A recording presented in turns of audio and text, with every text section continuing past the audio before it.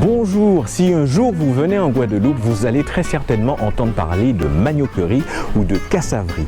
On vous amène aujourd'hui dans les hauteurs de Petit-Bourg où vous allez découvrir un atelier où ils ont su maîtriser l'art de fabriquer cette galette. Nous allons découvrir aussi l'histoire de cette plante et son évolution dans le temps. À très vite.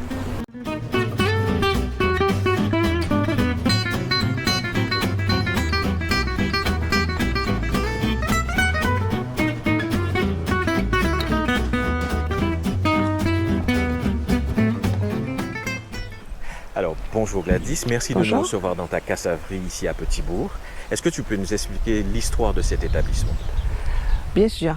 Alors, cet établissement que vous voyez juste derrière, c'est l'œuvre de M. Hachi, mon père, et qui a voulu construire parce qu'il a eu un rêve, je dirais, et il a réalisé son rêve. Et aujourd'hui, cette cassaverie existe depuis 16 ans.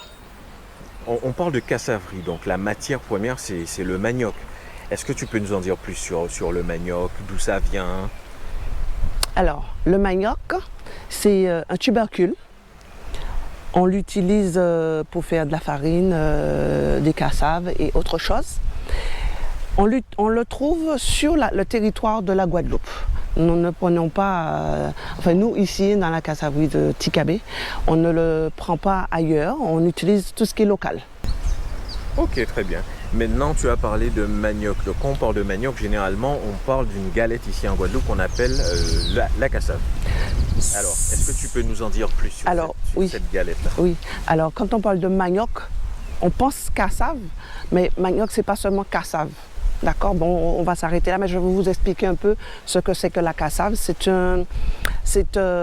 dérivé du tubercule de manioc. Quand on a travaillé le manioc, on a fait des séparations, c'est-à-dire on a gratté pour enlever la pellicule qui est dessus.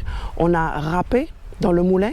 Ensuite, on va presser une première fois à la main pour récupérer une eau blanchâtre, et c'est à partir de cette eau blanchâtre qui va rester à reposer, on va dire qu'elle va décanter, et comme les molécules sont beaucoup plus lourdes, elles vont se reposer dans le fond du récipient, et là,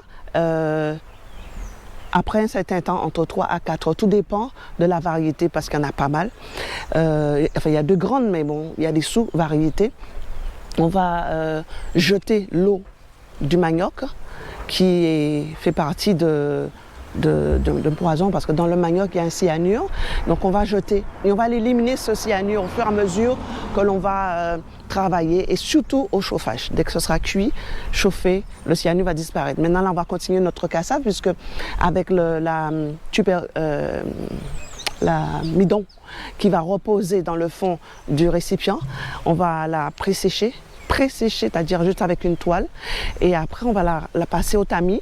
Quand on l'aura passé au tamis, on va pouvoir réaliser des galettes manioc qui sont aux légumes, à la protéine, c'est-à-dire poisson, jambon, morue, tout ce que vous voulez, à ressort, tout ce que vous voulez mettre dedans on peut, et aussi sucré, coco en particulier, qui est le basique, hein, puisque quand on parlait de cassave à l'époque de nos grands-parents, c'était nature ou coco.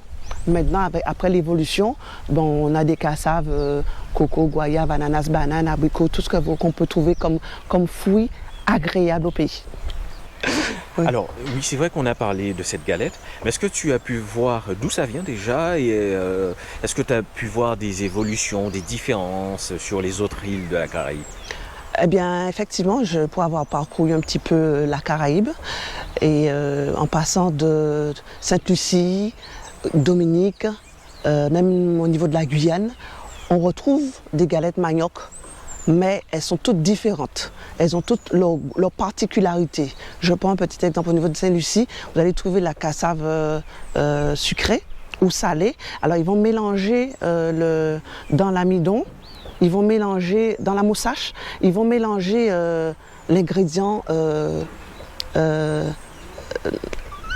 supplémentaire, par exemple, ou le salé, ou protéines, ou autre, ils vont le mélanger avec. Tandis que nous, on va mettre une couche d'amidon, une couche de protéines ou bien de confiture et on va recouvrir un peu comme la tourte. Voilà.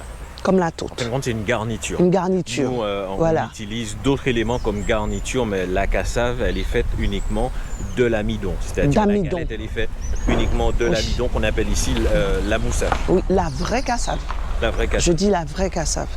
Alors c'est vrai qu'on a vu la place qu'a joué cette racine dans la culture culinaire guadeloupéenne depuis le début jusqu'à maintenant, mais il y a une évolution aussi de l'utilisation. On en fait bien plus maintenant.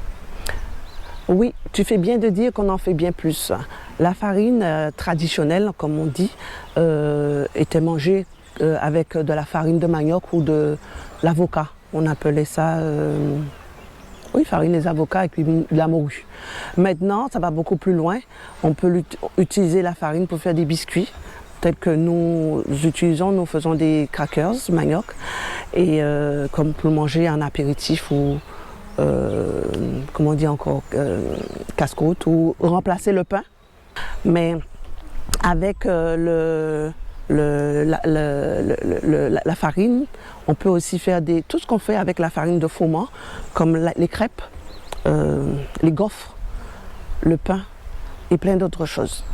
Des soufflés au fromage qui sont très délicieux. Si vous avez vraiment envie d'en manger, passez-nous voir. On pourrait vous donner la recette.